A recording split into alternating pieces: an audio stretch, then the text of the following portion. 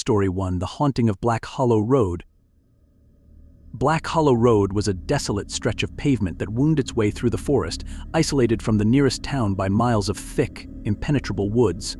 Locals avoided it after dark, but for Sarah, it was the quickest route home from her late shifts at the diner. Despite the road's eerie reputation, she never thought much of the stories until one fateful night changed everything. It was just after midnight when Sarah's car started acting up. The engine sputtered and her headlights flickered as she navigated the narrow, winding road. A thick fog had rolled in, reducing visibility to just a few feet ahead. Her heart began to race as her car finally gave out, leaving her stranded in the middle of nowhere. She tried her phone, but there was no signal. Panic started to set in as she realized how alone she was. The silence of the night was oppressive, broken only by the sound of the wind rustling through the trees. Suddenly, she heard a faint, almost imperceptible whispering. It seemed to be coming from the woods, surrounding her from all sides.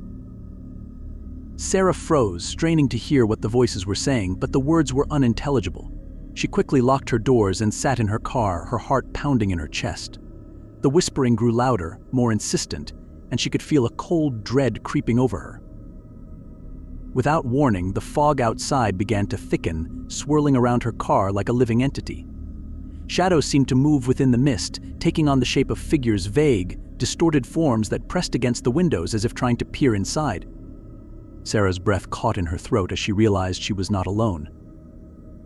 One of the shadows separated from the fog and slowly took on the shape of a man, tall and gaunt, with hollow eyes that seemed to glow in the darkness. The figure moved closer, its face just inches from the glass. Sarah stifled a scream as the figure raised a hand, its fingers tapping rhythmically on the window. In a sudden burst of terror, she fumbled with the ignition, praying for the car to start. The figure outside watched her with an unsettling calm, its hollow eyes unblinking. Just as Sarah was about to give up hope, the engine roared to life, and the headlights blazed back on, illuminating the fog. The figure was gone. The fog dissipated as quickly as it had appeared, and the whispering ceased. Shaking, Sarah floored the gas pedal and sped away, not daring to look back. When she finally reached home, she collapsed into bed, too terrified to sleep. For weeks after, Sarah couldn't shake the feeling that she was being watched. Every time she passed a darkened window or caught a glimpse of her reflection, she saw those hollow eyes staring back at her. Eventually, she quit her job and moved out of town, but the memory of that night on Black Hollow Road haunted her for years to come, a reminder that some roads should never be traveled after dark. Story 2: The Doll in the Attic. When Emily and her husband moved into their new home, they were thrilled to discover the large attic space. It was perfect for storing all the boxes they had accumulated over the years, and they quickly set about organizing the space. While sorting through the dusty old boxes left behind by the previous owner, Emily came across an old, ornate wooden chest hidden in the far corner of the attic. Curious, she opened the chest and found an antique porcelain doll nestled inside. The doll was beautiful but eerie, with large, glassy eyes that seemed to follow her every movement.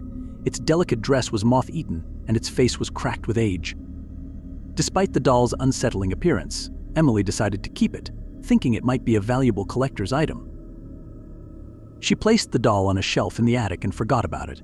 But over the next few weeks, strange things began to happen. Emily would hear faint, shuffling footsteps coming from the attic at night, even though she knew no one was up there. Objects in the house would mysteriously move from one place to another, and doors would creak open on their own. One night, while her husband was away on a business trip, Emily heard the unmistakable sound of the attic door creaking open. Fear gripped her as she realized that the footsteps were coming down the stairs. Grabbing a flashlight, she cautiously made her way to the attic, her heart pounding in her chest.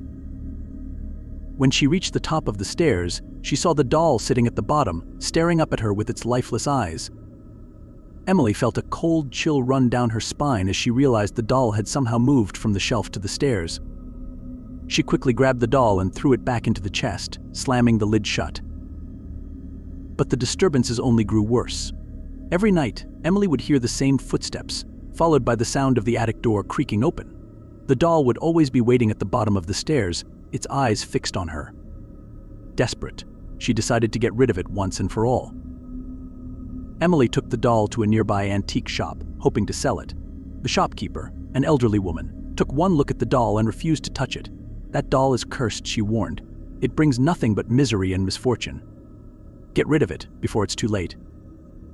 Terrified, Emily took the doll to a secluded area and buried it deep in the ground, hoping to put an end to the haunting. For a while, the disturbances ceased, and she thought she was finally free. But one night, as she was drifting off to sleep, she heard a familiar sound, the creaking of the attic door.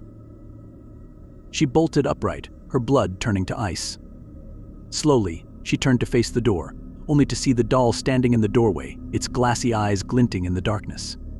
Emily let out a scream as the doll began to move toward her, its porcelain face twisted into a malevolent grin. The next morning, Emily's husband returned to find the house empty. Emily was never seen again, and the only clue to her disappearance was the open attic door and the doll sitting on the stairs, waiting. Story 3: The Abandoned Asylum. When Jason and his friends decided to explore the abandoned asylum on the outskirts of town, they had no idea what they were getting themselves into. The asylum had been closed for decades, its dark history of mistreatment and abuse well known to the locals. But for Jason and his friends, it was the perfect place for a thrilling night of adventure. Armed with flashlights and cameras, the group made their way into the crumbling building. The air was thick with the smell of mold and decay, and the walls were covered in peeling paint and graffiti. The deeper they ventured into the asylum, the more oppressive the atmosphere became. It was as if the very walls were watching them, waiting.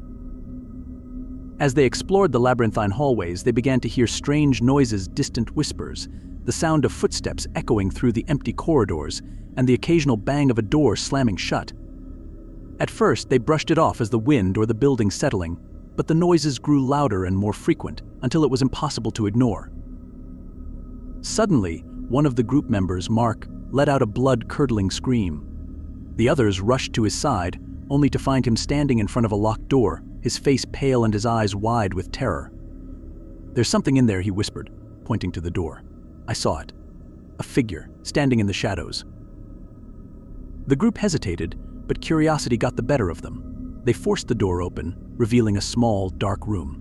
At first, it appeared empty, but as their flashlights swept across the room, they caught a glimpse of something in the corner, a figure, huddled on the floor, its back turned to them. The figure didn't move, but the air in the room grew colder, and an overwhelming sense of dread filled the group. Jason stepped forward, his flashlight shaking in his hand, and called out to the figure. There was no response, but as the light fell on the figure's face, Jason froze in horror. It was a woman, her face gaunt and hollow, her eyes sunken and lifeless. She stared straight ahead, her mouth twisted into a silent scream. The room suddenly felt suffocating, as if the very air was being sucked out. The figure began to rise, its movements jerky and unnatural, and the group backed away in terror. Before they could react, the figure let out an ear-piercing scream that echoed through the asylum, causing the walls to shake. The group turned and ran, their footsteps pounding against the floor as they fled the building. As they burst out into the night, the screaming stopped, and the asylum fell silent once more. They never spoke of what they saw that night, but the experience left them all deeply scarred. Jason moved away shortly after, unable to shake the feeling that something from the asylum had followed him home. The others tried to forget, but the memories of that night haunted them, a reminder of the darkness that lurks in the places we are